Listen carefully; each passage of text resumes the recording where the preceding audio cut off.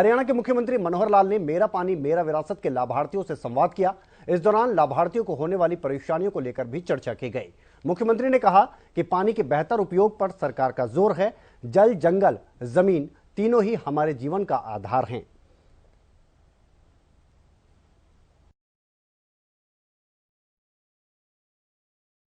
एक अमृत क्रांति जिसमें जल को कैसे बचाया जाए, इस क्रांति में आप सब लोगों ने भी भाग लिया है। इसीलिए मैं आपको अपना क्रांतिकारी मित्र बता रहा हूं और आपको बताया गया होगा कि आपने अपने इस प्रदेश में पानी को किस प्रकार से व्यवस्थित ढंग से उपयोग करना है, पानी का कैसे कम उपयोग किया जाए, इस पर ध्यान दिया है। उस योजना के आप भागीदार बने हैं। हम जानते हैं कि पानी कम भी और ज्यादा भी दोनों हानिकारक हैं। ज्यादा पानी आ जाए तो बाढ़ आती है और हमारी फसलें बाढ़ में नुकसान हो सकता है। ऐसे ही पानी अगर कम हो तो सूखा पड़ जाता है, हमारी बोई फसलें भी एक प्रकार से उत्पादन उसका खत्म हो जाता है, फसलें सूख जाती हैं। तो दोनों का ही एक प्रकार से हानिकारक है। हम जानते हैं हमारा एक समय था परंपरागत तरीके से हम अपने तालाबों से सिंचाई करते थे वर्षों पहले, और तालाब भी अपने आप नहीं बने थे।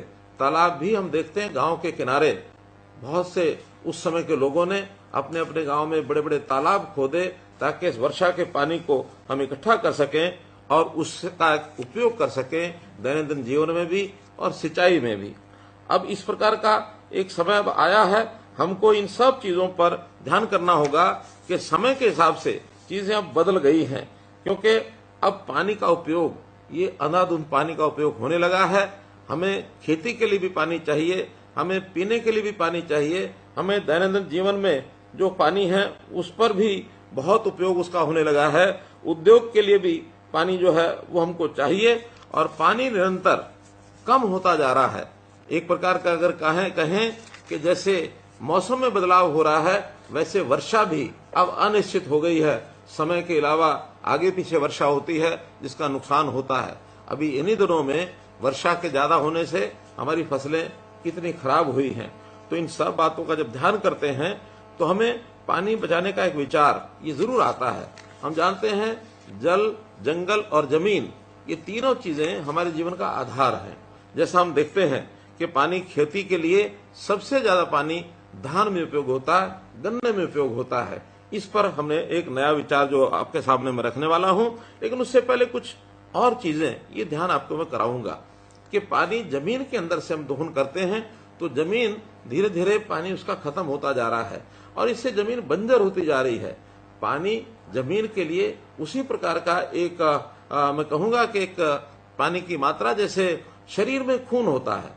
अगर हट्टा कट्टा रिष्ट पुष्ट बलशाली शरीर, उसमें से खून की कमी हो जाए तो शरीर क्षीण होता चला जाता है, कमजोर होता चला जाता है, शरीर में ताकत नहीं रहती है। ऐसा ही अगर हम जमीन में सोचते हैं तो जमीन का जब पानी हम एक सीमा से अधिक निकालते हैं तो जमीन भी धीरे धीरे गैर उपजाऊ हो जाएगी, बंजर हो जाएगी। एक प्रकार से मरुस्थल और रेतीला इलाका वो भी पानी के कमी के कारण से होता है। सेंट्रल वाटर कमीशन, केंद्र का जल आयोग, उन्होंने भी हमारे प्रदेश के 36 ब्लॉक उनको डार्क जोन घोषित कर दिया है। एक रिपोर्ट के अनुसार हमारे 7,287 गांव, जिसमें 3,041 के अंदर पानी की कमी महसूस की गई है और 1948 तो ऐसे हैं जो गंभीर संकट में आ गए हैं। उन जगह पर तो पानी 30 मीटर से भी ज्यादा नीचे चला गया, अर्थात 100 फुट से भी ज्यादा।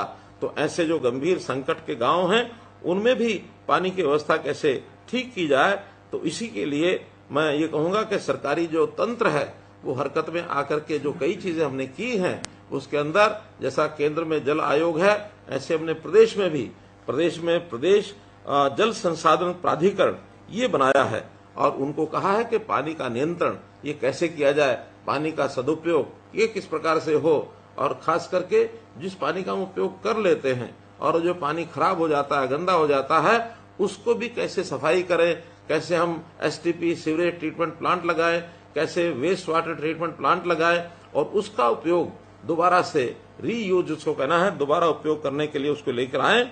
आपकी जानकारी के लिए हमने करोड़ों रुपए लगा करके 200 एसटीपीज लगाए हैं और इसका लगभग 700 क्यूसेक पानी ये हम इसको दोबारा से उपयोग कर रहे हैं और इसमें चाहे वो हमारी इंडस्ट्री में काम आता है, चाहे वो बागवानी में काम आता है, खेती में सिंचाई के लिए भी उसका उपयोग कर रहे हैं।